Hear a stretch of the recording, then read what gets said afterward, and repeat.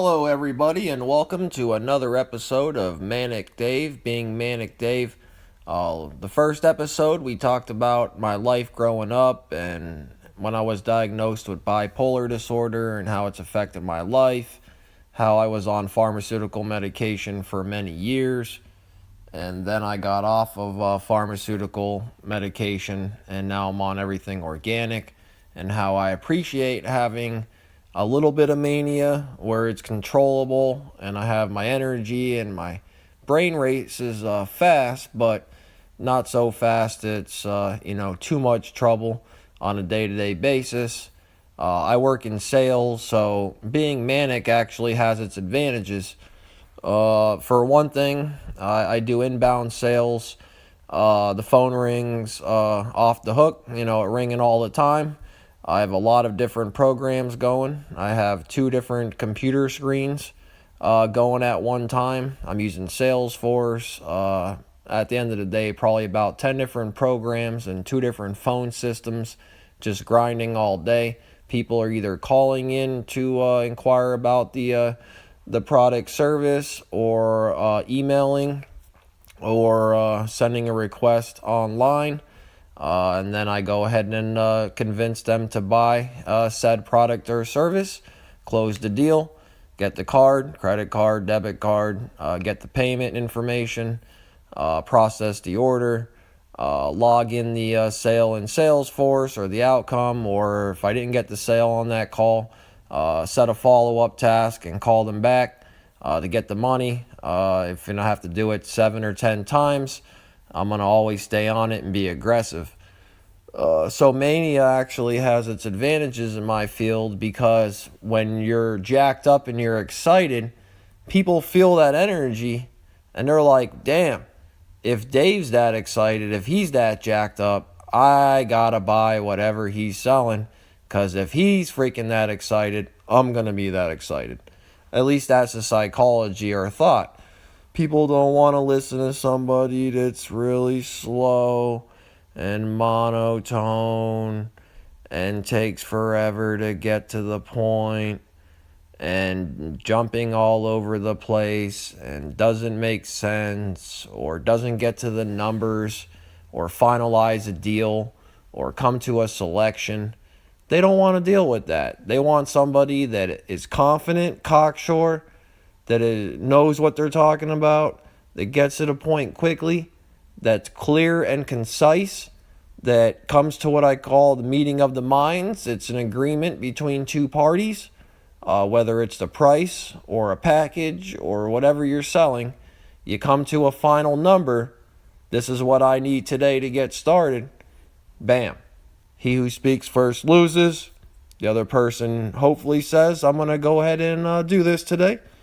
Or they don't, and then you set the follow-up tasks and you call them back and you get the sale, hopefully, eventually. The whole point is, everything in life is a sale. Everybody is selling something.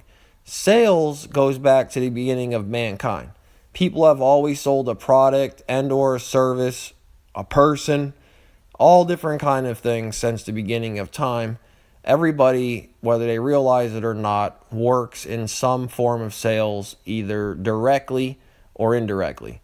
For instance, if you're a preacher, you're a pastor, you're head of your church, you're selling Jesus or religion or whatever branch of Christianity or Islam or whatever it is, Jews, Jehovah's Witnesses, whatever, those people are selling that. They're convincing people in their local communities or online or on television or on the phone to not only believe in what they believe, but to also even donate money, and help out the cause, so to speak. If you're a mechanic, somebody has a car problem, they go to you. Why should they pick you over the other 20 mechanics in the area? Everybody know mechanics are hustling people 9 times out of 10 if they don't know what they're talking about. Point being is, he's going to sell you on, all right, listen, I think this is wrong with your car, that's wrong with your car, and here's the reason, or here's how I can fix it. I'm going to do this, and it's going to cost this much. Do you want to get it done? Yes or no? Keep selling that. Just pick anything else you want. Even a doctor. I mean, a doctor's going to help you. They're selling you on the idea that they can heal you in some way. You go to an emergency room, you go to a regular doctor, they're going to try to help you on that. That's the reason you go to them, because they're the ones that offer that product or service. They can find a solution to your problem. Pick out anything you want, substitute it in those examples, and you'll find out everybody's selling something. Teachers are selling their ideas and thoughts to their students. Firefighters are selling how they can put out the fire. They got water. They got it in this tank. They got it on that truck. They got it in that fire hydrant. They got the hose. They got the hookup. You got a problem? Your house is on fire? You called a firefighter? They're going to be there. You can bet your ass on that. You name it. The police, they're selling safety. They're selling security. They're selling getting the bad people off the street. They're selling, if you do something wrong around me, you might go to jail. I'm a police officer. I have the power to put you in jail. Everybody's selling something. Now, the difference between the old school thought in sales to what I think is the new school thought is it's reverse psychology of what it used to be. So what it used to be is people are used to the hustler or the snake oil salesman, the predatory salesperson. You know, back in the day, people didn't have the internet and places to buy online and on their phones and on their apps and all these different options, Amazon and eBay and whatever. They didn't have all that. If they wanted something, they either went to the store, like their local grocery store, their Woolworths, their JCPenney, whatever it was, or the people came to them, what they call sit-ins. If you watch the old movies, Glenn Ross, you know, the guy, he had some leads, he would respond to them. They live in a house in the community. They only had payphones back then. They didn't even have cell phones or beepers or smartphones or laptops or Wi-Fi or internet or none of that. They would have to convince the person to let them go over their house, which is called a sit. They'd sit down and they'd try to sell the person face to face. They might have a presentation. They didn't have PowerPoint. They didn't have computers yet. They had pieces of paper and poster board, or their brain, or their hustle, or their charm, or their looks, or whatever it was. They got in the door, and that's how they sold something, or you just went to the store or whatever. So people, you know, salesmen, they got the bad reputation, especially from, say, car salesmen back in the day, or even now, that are predatory in nature. I hate most salespeople, honestly, and I'm in sales. I hate being sold most of the time. I like to go to somebody when I want something, or go to a location when I want something, rather than them annoy me. I hate telemarketers. I hate when people just call you and try to sell you something. You're not even in the ballpark of wanting it. Like, you don't want it at all. We all don't like that aspect of it. But the reality is, salespeople used to be thought as being predatory. And they still are car salespeople. You know, you go to the lot, you want the car, you go in there, you start, you know, as soon as you hit the lot, they're on you like sharks.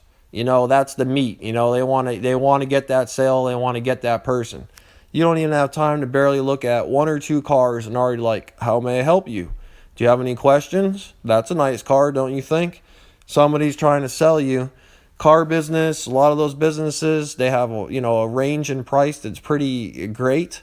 They have a lot of wiggle room. They might be able to hustle you and sell you something for $2,000 more than they should have, or whatever it is. And that gave people like a bad image of salespeople. Nowadays, I think the best way to approach sales is not act like you're really selling them, but you're consulting them. You're merely the vehicle from point A to point B, taking them from their problem, they need a service or they need a product, and you're going to find a solution to give it to them.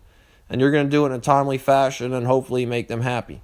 And if they can, even come back for more and more again. So this day in sales, you should portray the reverse psychology and not act like a snake oil salesman, a car salesman. You don't have to be overly aggressive.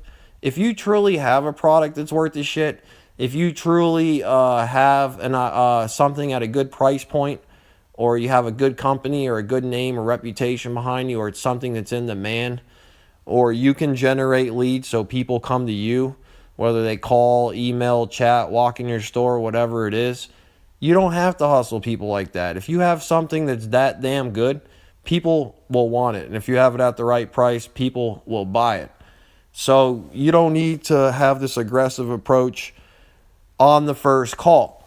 The difference is you still be relentless, you follow up with them, but you do it in a polite manner, but you stay on top of it. That's the key. And the other key is making a great first impression, pitching whatever you're pitching, talking to them the way you're talking to them, and relating to them, and pitching it quickly, precisely, getting to the point, and then putting in the system and moving on to the next one. And the psychology of when you're talking to them is you educate them. You educate them, which is a form of consulting. Consultants educate people on something and help them out even, but it's really the knowledge that they're making. So when you come to me, I'm not thinking about how am I going to try to sell you. I think about how am I going to educate you on that product or service. I'm going to go ahead and tell you all about it.